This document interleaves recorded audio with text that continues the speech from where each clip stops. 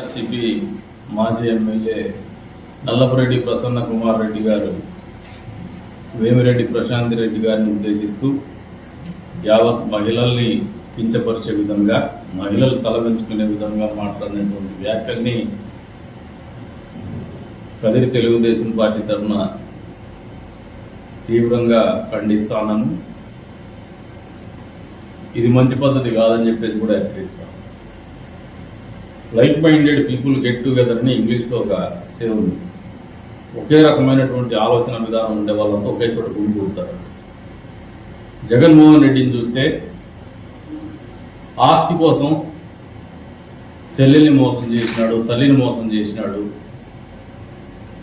అధికారం కోసం సొంత బాబాయిని హత్య చేసి, సొంత బాబాయ్ చెల్లెలు కూతురు వరుసకు చెల్లెలు రోడ్డును పడి బాధపడతా ఉంటే కూడా పట్టించుకోకుండా మళ్ళీ వాళ్ళ వ్యక్తిత్వ హననం కూడా చేసినటువంటి పరిస్థితులు జగన్మోహన్ రెడ్డి సొంతం. ఇటువంటి వ్యక్తి నాయకత్వంలో పనిచేసేటువంటి ముఠా ఏదైతే ఉంటుందో వాళ్ళకి ఇంతకంటే భిన్నమైనటువంటి సంస్కారం కానీ సంస్కృతి కానీ ఉండదని చెప్పేసి ప్రజలు గమనించాలని చెప్పేసి తెలియజెప్తాము. ఉమ్మడి ఆంధ్రప్రదేశ్లో కులాల మతాల మధ్యన చిచ్చుబెట్టి రాజకీయ లబ్ధి పొందల్లా, రాజకీయాలు చేయాలనే ఆలోచన మొదలైంటేనే వైఎస్ రాజశేఖర రెడ్డి కుటుంబంతోనే. ఓట్లకు డబ్బులు ఇచ్చేసి ఎలక్షన్లో గెలవల్లా, తద్వారా రాజకీయ లబ్ధి పొందాలనే ఆలోచన మొదలైండేదే పులివెందులలోనే, కడప జిల్లాలోనే.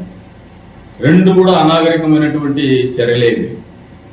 ఈరోజున వాళ్ళు నమ్ముకున్నటువంటి విధానం కూడా గత ఎన్నికలను చూస్తే సిద్ధం సభలో అడుగు తీసి అడుగు పెట్టాలంటే డబ్బుతోనే రాజకీయం అనుకున్నారు. మద్యం పంపిణీతోనే జన సమీకరణ అనుకున్నారు. బిర్యానీ పాకెట్లతోనే జన సమీకరణ అనుకున్నారు. మనుషుల్ని ఓటర్ల మాదిరిగా చూసేటువంటి సంస్కృతికి నాంది పలికిండేది వైఎస్ కుటుంబమే.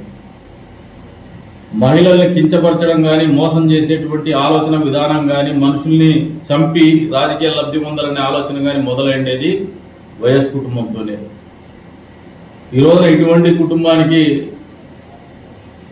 ఒక పార్టీ పెట్టుకుంటే, ఒక పత్రిక పెట్టుకుంటే, ఒక ఛానల్ పెట్టుకుంటే ఇంతకంటే భిన్నమైనటువంటి భావజాలం కానీ, ఆలోచన విధానం కానీ, సమాజానికి తెలియజెప్పే విధానం కానీ ఉంటుందని చెప్పి మాత్రము మేము కూడా ఎక్స్పెక్ట్ చేయడం లేదు. ఇప్పటికైనా కూడా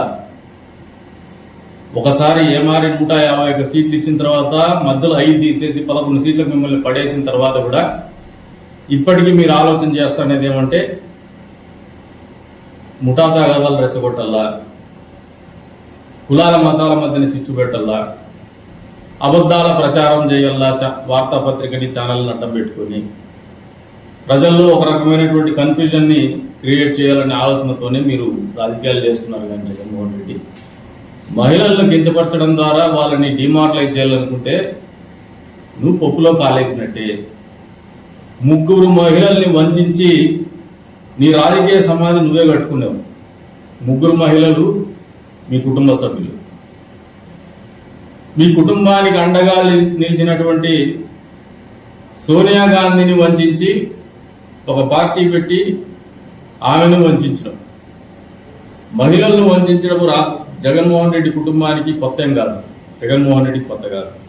కానీ వాళ్ళ నాయకులు కూడా బరి తెగించి బజారున పడి మహిళల్ని కించపరిస్తే రాజకీయంగా లబ్ధి పొందుతాం అనుకోవడం అనేది మూర్ఖత్వం అని చెప్పేసి కూడా ఈ సందర్భంగా తెలియజేస్తాం. రాజధాని కడతా ఉంటే అమరావతి గురించి మీరు మాట్లాడినటువంటి, మీ నాయకులు మాట్లాడినటువంటి మాటలేంది?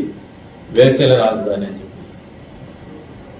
అంటే మహిళల పట్ల కానీ, ఈ ప్రాంతం పట్ల కానీ మామూలుగా భరతమాత అంటాం, తెలుగు తల్లి అంటాం. తెలుగు తల్లిని కూడా మీరు అపహాస్యం చేసే విధంగా ఆలోచన ఉండేటువంటి వాడు సాటి మహిళల్ని, సమాజంలో ఉన్నటువంటి మహిళల్ని గౌరవిస్తాడని చెప్పేసి అనుకోవడం కూడా పొరపాటే. కానీ బాధ్యత కలిగినటువంటి రాజకీయ పార్టీ సభ్యులుగా, ప్రజాప్రతినిధులుగా మా వంతుగా సభ్య సమాజానికి తెలియజెప్పేటువంటి ప్రయత్నమే ఈ యొక్క ప్రెస్ మీట్ అని చెప్పేసి కూడా తెలియజెప్తాను.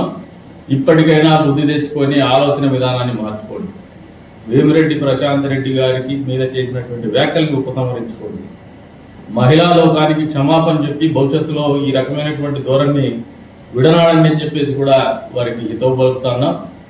ఈ రకమైనటువంటి పద్ధతులు మంచిది కాదని చెప్పేసి కూడా తీవ్రంగా గర్హిస్తాను.